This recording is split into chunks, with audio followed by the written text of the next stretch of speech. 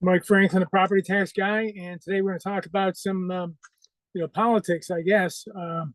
As long as I've been challenging assessments, I've been involved in these cases. I've never looked into the politics of the towns that I'm involved with. There are politics involved, particularly at the Board of Assessment Review, because they're appointed by the same people who appointed the assessor.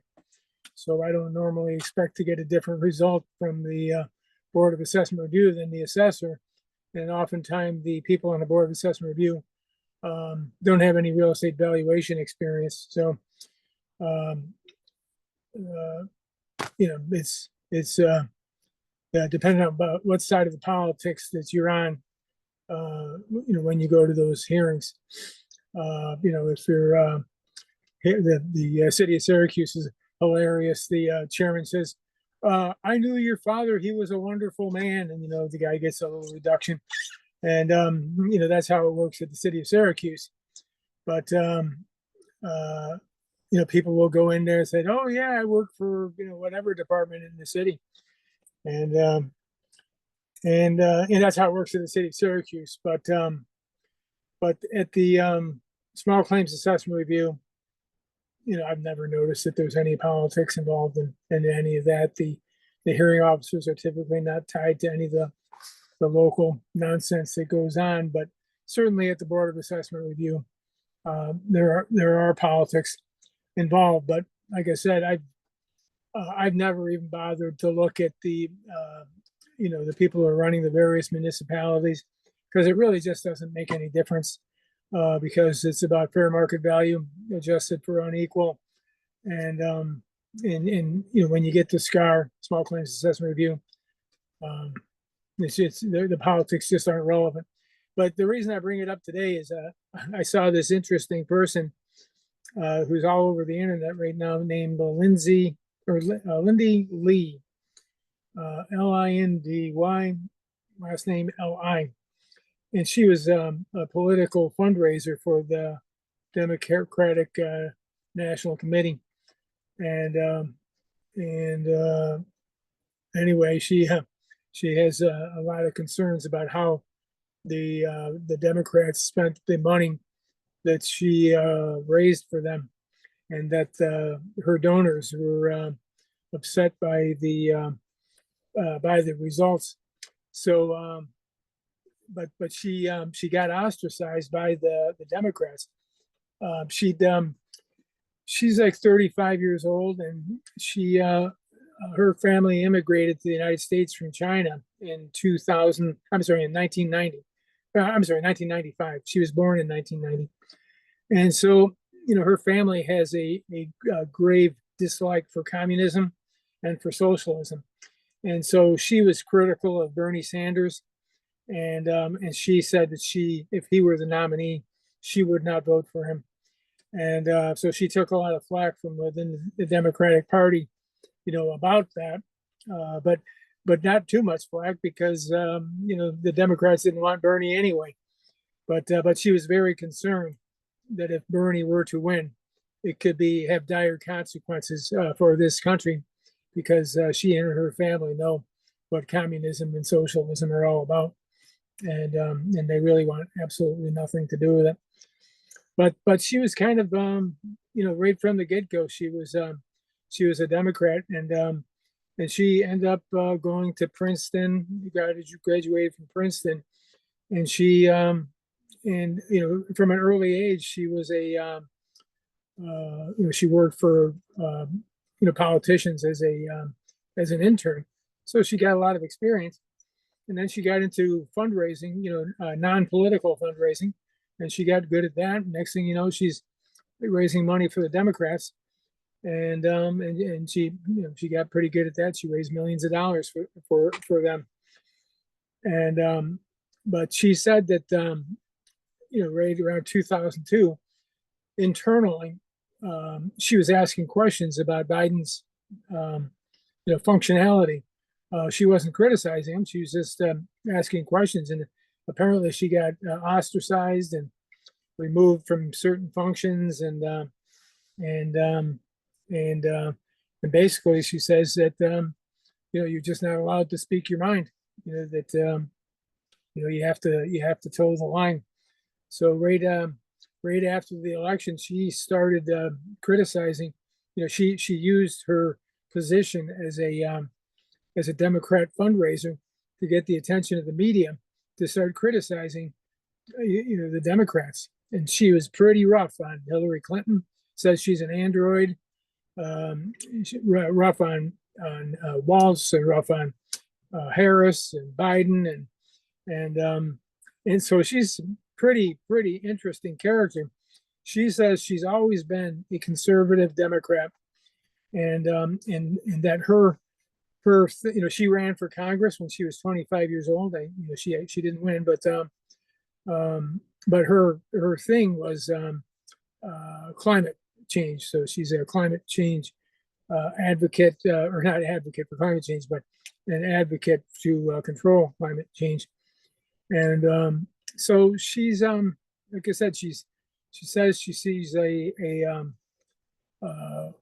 conservative Democrat, so she's fiscally conservative, and so she's in the middle. So she believes in some of the Republican economic policies, and but my guess is that she supports the women's rights to abortion, and she supports climate change. But anyway, apparently she was part of Trump's transition team, and I don't know. She's doing various things with the Republicans, but next thing you know, she's on Fox. She's on the Young Turks. She's on. She's all over.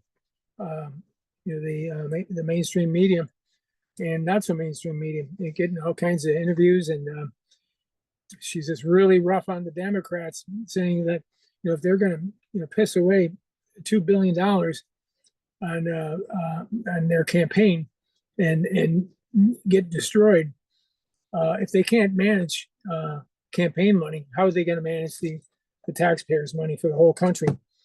And so she's quite an interesting character. But what I think is interesting about her is that she was trying to bring the Democrats to the center, and they shunned her and pushed her away. So now she's working with the Republicans, trying to bring the right wing, to the center, and she's pretty interesting. But her family, turned coat on their country, China, and probably with very good reason. But then she turned coat on the Democrats, and she's just cutting their throats like crazy. So it's like you wonder where her loyalties lie. She was really great about her timing and going after the Democrats, because she was going nowhere with them. But one thing I was concerned about is that she said that she hasn't made any money, not a dime, from doing this fundraising.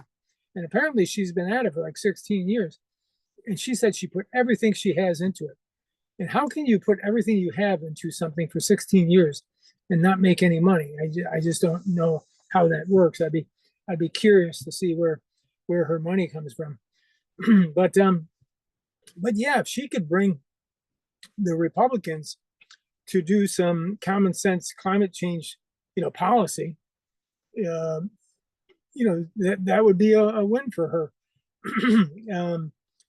Maybe don't necessarily have to spend a lot of money. They just, generate policy to move in that direction. So maybe she could make something happen that otherwise wouldn't happen, because she's a kind of a Democrat influence on the Republicans. So she's interesting, but she's got no problem cutting people's throats. It's really interesting. Lindy Lee, you got to check her out on YouTube and follow her and see some of her interviews. She had a great interview with Andrew, not Andrew Cuomo, but whatever his name, Cuomo. And you know what? Since the Republicans won, Cuomo is he's more watchable for me. He was just he and Don Lemon were kind of ridiculous, but he's he's seeming quite reasonable. And actually, he was even given an endorsement by Scott Adams, the Dilbert creator. He said that when he got canceled because of some things that he said, that Como gave him an interview and treated him fairly. So I was kind of amazed by that. But anyway, so Lindy Lee, just kind of opportunist in a way, but it's just what I find interesting about it is that she may be able to have some influence on bringing the parties together on some of these policies, because they're so opposed on some of this stuff. The Democrats think the Republicans don't care about climate change at all, that and maybe the women's rights issues for abortion and stuff. Maybe they can bring things to the center, because it appears as though the public is in the center, but the right wing is way over here and the left wing is way over there, and they're just it's so divisive. And maybe she can bring some stuff together. But anyway, Lindy Lee, Lindyli is her last name, and you had to follow her. I found her to be very interesting. But again, with assessments, I don't pay attention to politics. I don't even think about it. Even though there are politics involved in the Board of Assessment Review, I just kind of take that for granted. I don't even look to see whether they're Democrats or Republicans. My observation, without having looked into it in detail, is that both Republicans and Democrats are equal opportunity bureaucratic abusers, from my perspective. So it's got nothing to do with whether or not, I'm not saying the Republicans are less bureaucratic abusive than the Democrats and vice versa. To me, it's the same.